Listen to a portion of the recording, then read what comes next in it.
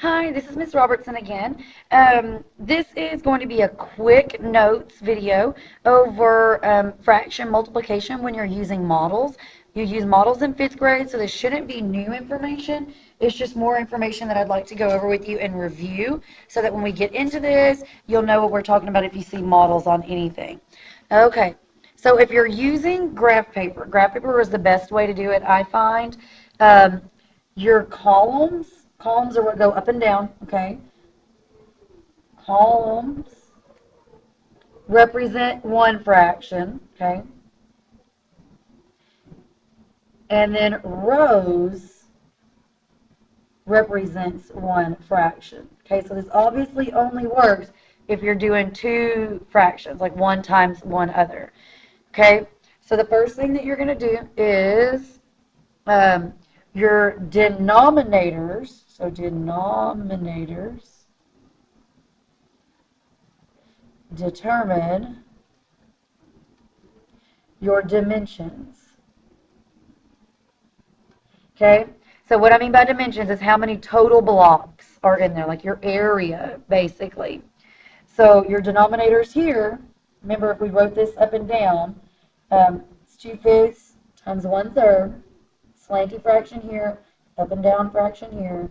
Your denominators are 5 and 3, so you would do 5 times 3. So that's going to tell you how many total boxes that you need.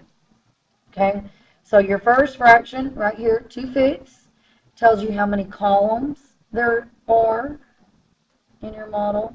And this second fraction, 1/3, tells you how many rows there are. Okay, so what you need to do is you're going to shade in the appropriate columns and rows on your graph paper. We're fixing to do an example. Columns and rows. We're going to do them with different colors so that you see how it matches. So this first one is we're shading 2 rows out of 5. So we have 2 out of 5. Remember that from ratios. And then your second one will be over here on the left. You are looking for 1 out of 3. So 1 row out of 3. So where the colors overlap is going to be your answer. Okay, where your colors overlap. So let me get my little highlighters out here. And I'm going to use blue and, no, I'm going to use blue and pink. I'm going to use blue and pink. Okay. So notice this one is thirds right here. It's split into thirds, 3 equal pieces, thrids. Look at me, I can't even spell. T-I-R-D-S, thirds. Please excuse my horrible handwriting. So we need to shade 1/3, 1 out of 3. So we're going to shade this across.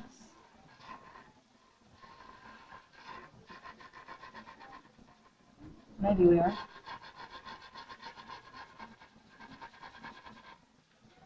And now the one across the top, your columns, is fifths because we have 5 of them. F-I-F-T-H-S. At least I can spell this one correctly. So your fifths, we need to shade 2 out of 5. Okay, so here is 1 out of 5 right here.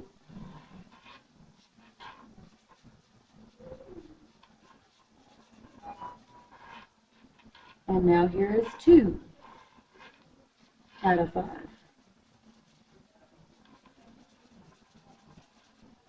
Okay, so our answer, the way that it works, is the number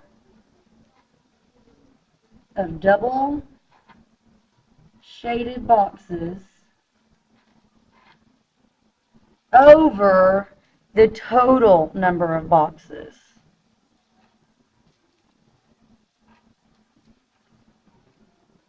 Okay, so when we multiply 2 over 5 times 1/3, we have 2 that are double shaded, sorry for my crooked paper, 2 that are double shaded out of 15 total, which is just like what we've done before.